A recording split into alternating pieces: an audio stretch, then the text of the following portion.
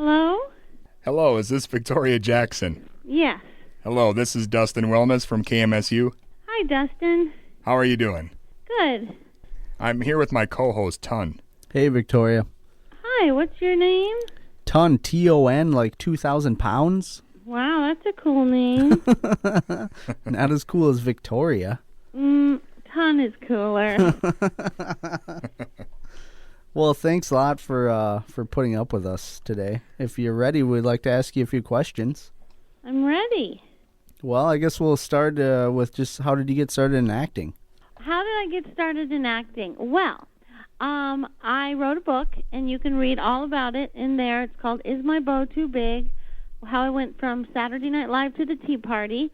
It just came out last week, and my goal in it, I have several goals, but everyone asked me the same 10 questions. How did you get on SNL? What was it like? Why did you leave? Etc. And I tell lots of show business stories, but then I tell people why they should not vote for Obama this election, which is the most important election of our country's history. It will be decided whether we live under tyranny or liberty. And I have 25 facts that prove Obama is a communist. And then at the end, I have messianic prophecies that Jesus fulfilled, because I went to a Bible college and I know a lot about the Bible, and I think that's the answer to our country's problems. Whoa. There you go. But I don't think I answered your question. In a nutshell. There it is. It's in the book. Yeah, the question was, how did I get into show business? Yeah, just how did you get started in acting and, what led you through your career into SNL and whatnot? Well, my father was in vaudeville, and he was also a Baptist deacon. So I was raised in the gym and in church, and then we didn't have a TV, so I was always in little costumes doing flips for audiences, and I guess he put it in my blood, but when I was in college, I was an English major because I loved poetry and writing, and I accidentally stumbled into my first play. Actually, my friend was auditioning, and I went with her because she was nervous. And the director at Furman University in South Carolina, he said, "Why don't you audition?" I said, "I'm not an actor. I don't know how to do that." And he goes, "No, just read these lines." And he gave me the part of a ditzy airhead Roman slave. And when I did my part and I heard the audience laughing, I was instantly addicted. And I was like, I've got to get that feeling again.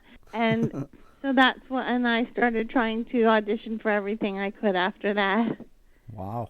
Awesome. And you were on Johnny Carson pretty early on too, right? Yeah, I got a one-way ticket to Hollywood from Johnny Crawford, an actor who was in Summer Stock with me.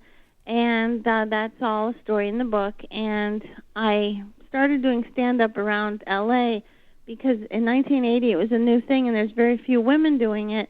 And most of them were angry, and they hated men, and they were saying bad words. And I thought, I don't hate men, and I don't say bad words. And most of them were brunette. And I'm like, and I'm blonde, so maybe that will help me get an agent or an audition, because in stand-up you can just stand on the stage, on open mic night. So I started doing that to try to get an agent, and got, on the Johnny Carson show, doing my little 6-minute routine, and that opened a lot of doors. Wow. Well, I hate to say this, but I think most of our questions we had here probably fall into that category of the ones that you get asked all the time. That's okay. Should we just skip right over those, or? No, you ask away. Well, maybe we'll try to put a different slant on them somehow. When you were in Saturday Night Live, what would you say your favorite skit was that you were in, or your favorite character that you played?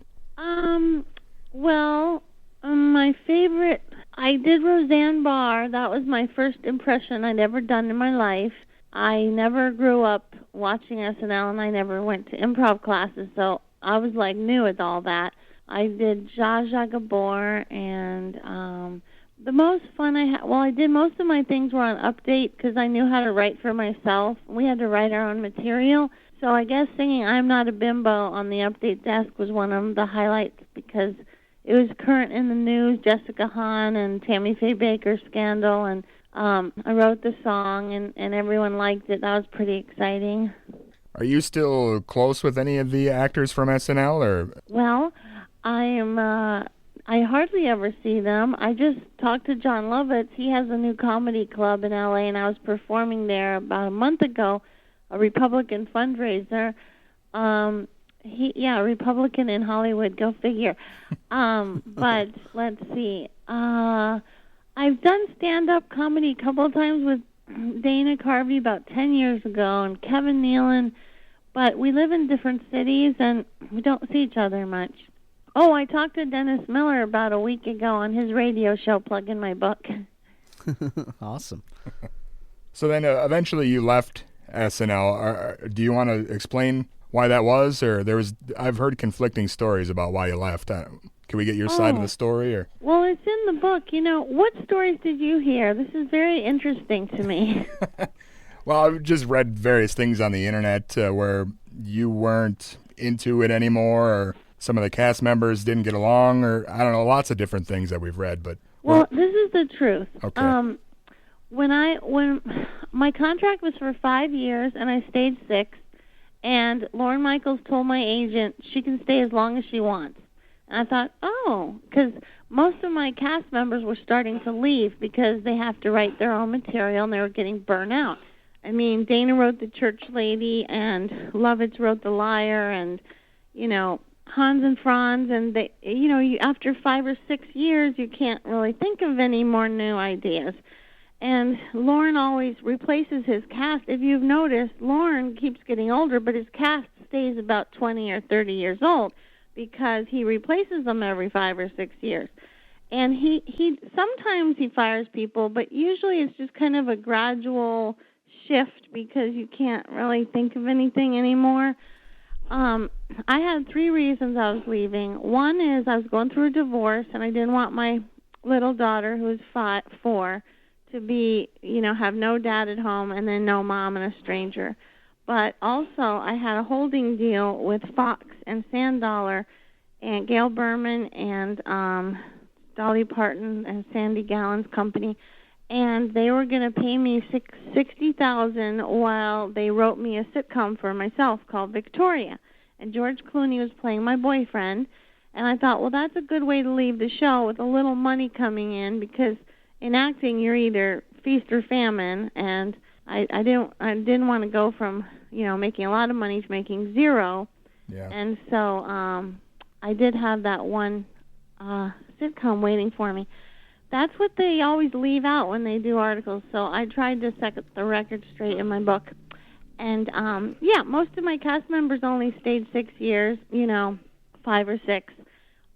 So it was a normal thing. Glad we got that cleared up then. That was... Well, people who want to be mean, like someone just did a hit piece on me, said I live on a pond scum lake and, all these mean things. They told a lie. They said I was fired, which is a lie, and it hurts my feelings because I was professional and Lorne Michaels liked me a lot and he was the boss. And one person said that I left because the people hated my religious views. I didn't ever talk about religion, hardly ever there. Well, I hate the word religion anyway. But my Christianity didn't, bother anyone there. Hardly ever came up. And I mentioned in my book a couple times when it did come up, but that's not true. And most of the people got along really good. Only a couple mean people. Well, that's all that matters, your experience. Mm-hmm. So how did you then, or I guess it's kind of probably in between there or maybe even before, but Dusty's favorite movie, UHF. How did you end up getting into that? I auditioned. I was in L.A., and Weird Al was casting it, and I think my competition was Jennifer Tilly, because we both had a funny voice, so we were in the same category a lot. Remember Jennifer Tilly? Yeah, Yep. Well, she started doing kind of raunchy movies, and I became a wife of a cop. But anyway, I auditioned, and Weird Al is adorable, and I got a crush on him, and he's a great guy. I had a really fun time shooting it, and we shot it in Tulsa, Oklahoma, even though I was the straight man, so I didn't have much funny to do. He was the funny one. Awesome. I think that's why it's my favorite, too. I kind of developed a bit of a crush on Weird Al. Oh! Well, do you have any when you were on the set of UHF, do you have any weird stories or anything crazy you remember happening, or was it just kind of business as usual? On the set? Yeah. Just professional, nothing weird. Well, crazy. All right. Would have figured that somebody would have pulled some practical jokes. No, the movie was full of jokes, but the reality is it's work. Yeah. Well, again, if you want to mention your new book, it's out now, Is My Bow Too Big? And it's available now? They can get it at victoriajackson.com. I also have a new show on the internet called victoriajacksonshow.com. They can also get it at Amazon or patriotdepot.com. Awesome. And is there anything else you're working on besides the book or anything upcoming? The show, Victoria Jackson Show. Right. Go to victoriajacksonshow.com and then click on episodes and then click on comedy skits, and those are the funnest part. We will do it. It's been great talking to you, Victoria. Thanks a lot for letting us ask you some questions. You're welcome. All right. Thank you. We're looking forward to reading the new book. Thanks a lot for talking with us. Thank you. All right. Bye-bye. Bye.